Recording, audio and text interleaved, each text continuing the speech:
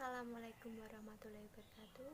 Perkenalkan, nama saya Fidelia Putri Yustianase dari kelas 11 IPS 1 ingin menyampaikan materi tugas PJOK yang berjudul manfaat aktivitas fisik secara teratur.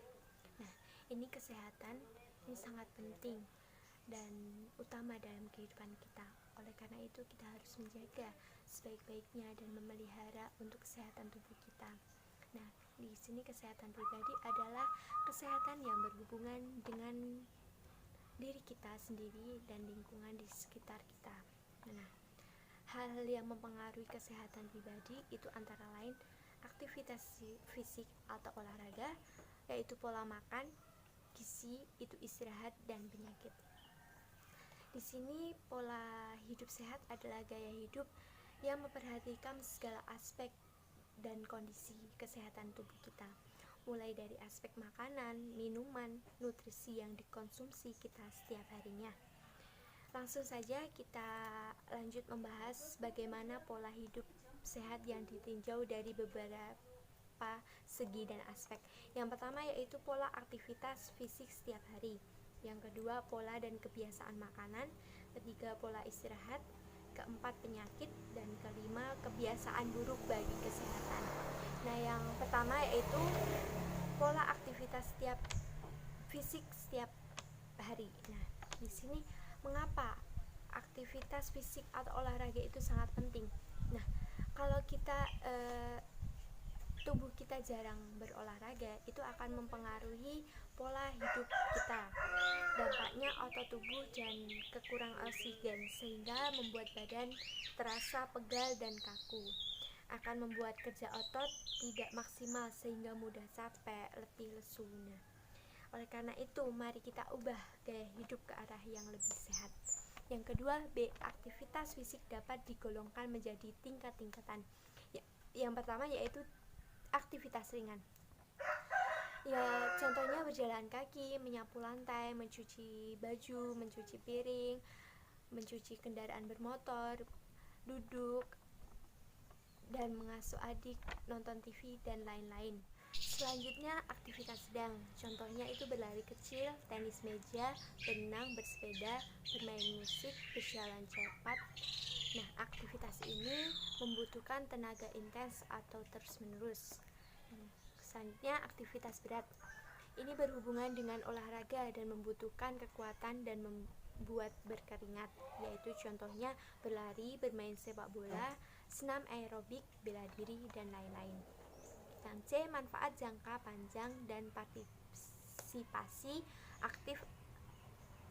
aktivitas fisik secara teratur, diantaranya itu mengontrol berat badan, meningkatkan semangat, meningkatkan energi, memperbaiki kualitas tidur, memperlancar sistem reproduksi, menyenangkan, mengurangi risiko terkena penyakit kronis, meningkatkan kebugaran, menyehatkan jantung dan pembuluh darah, meningkatkan ketahanan fisik, mencegah gangguan metabolisme, membuat awet muda, meningkatkan imunasi kekebalan tubuh, menurunkan resiko diabetes, menurunkan resiko kanker, menurunkan resiko osteoporosis, dan lain sebagainya.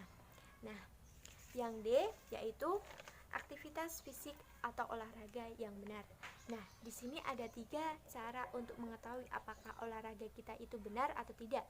Yang pertama yaitu cek denyut nadi.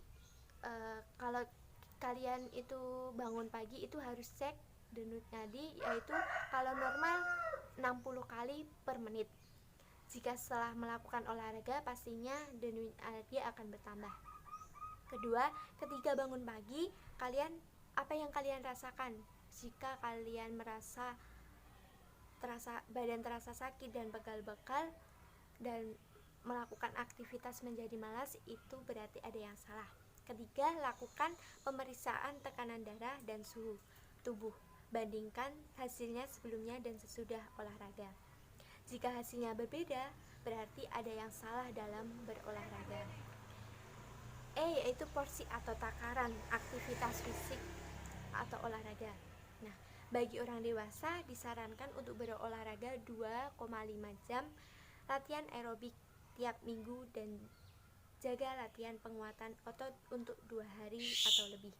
Yang ke F, penyakit kronis yang bisa muncul disebabkan kurangnya aktivitas fisik atau olahraga. Nah, di sini ada beberapa ya, yaitu yang pertama tekanan darah tinggi, sindrom metabolik, masalah kesehatan tulang dan otot, beresiko terkena kanker ganas. Wah, ini sangat berbahaya, makanya disarankan untuk kalian semua untuk berolahraga secara rutin.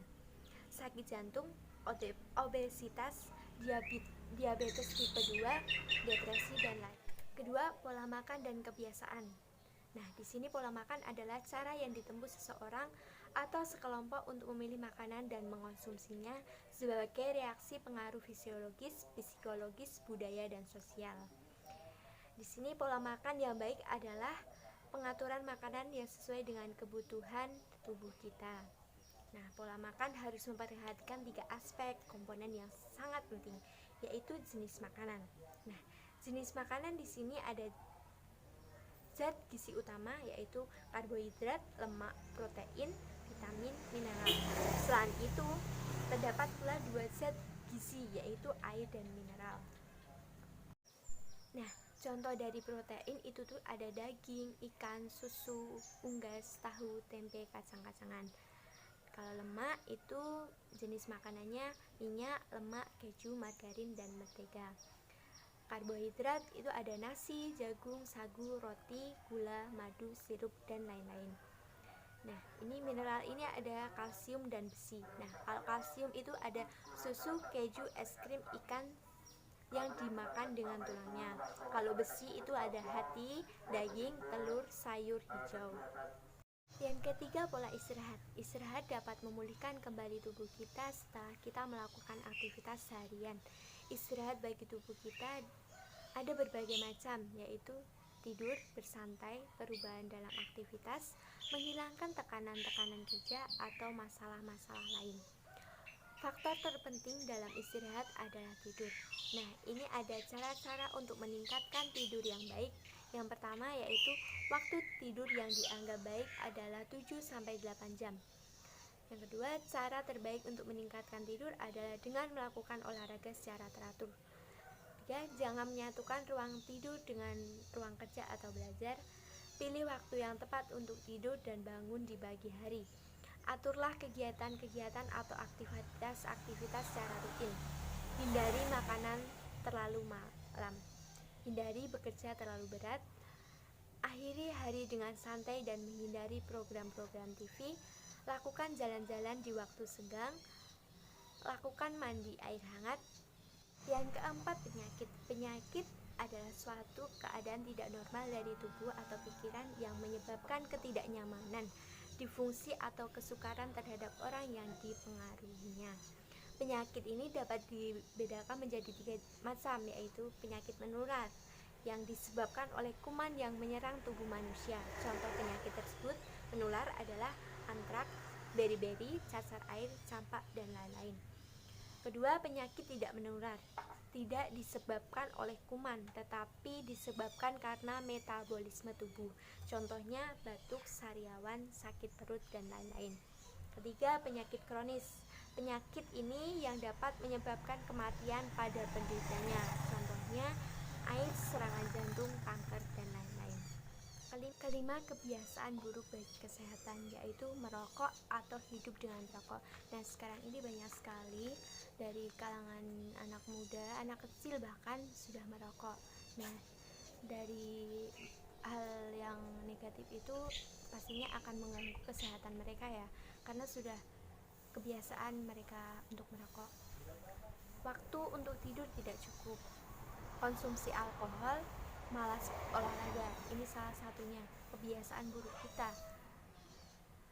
Bekerja ketika sakit, tidur mendengkur, kurang bersantai, tidak percaya diri, mengabaikan rasa sakit, berlama-lama menonton TV.